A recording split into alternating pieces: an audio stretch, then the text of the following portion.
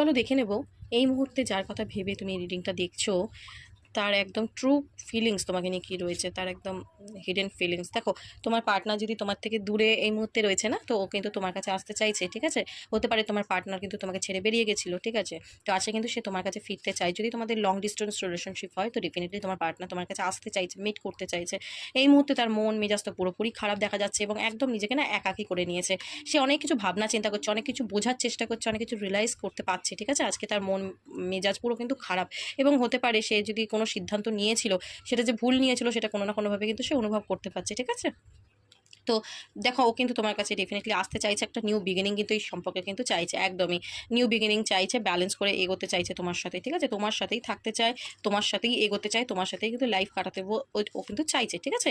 একদমই তোমাকে ম্যারেজ কমিটমেন্টও কিন্তু দিতে পারে এবং সেই নিয়ে ওর ভাবনা চিন্তাটা আজকের ডেতে কিন্তু চলছে এবং ইমোশন প্রচুর প্রচুর ইমোশন ওভারফ্লো হচ্ছে। তো এনার্জিটা কিন্তু খুব ভালো, এনার্জিটাকে ক্লেম করো, ইউনিভার্সকে গ্র্যাটিটিউড প্রে করো। ওকে, চলো, থ্যাংক ইউ সো মাচ।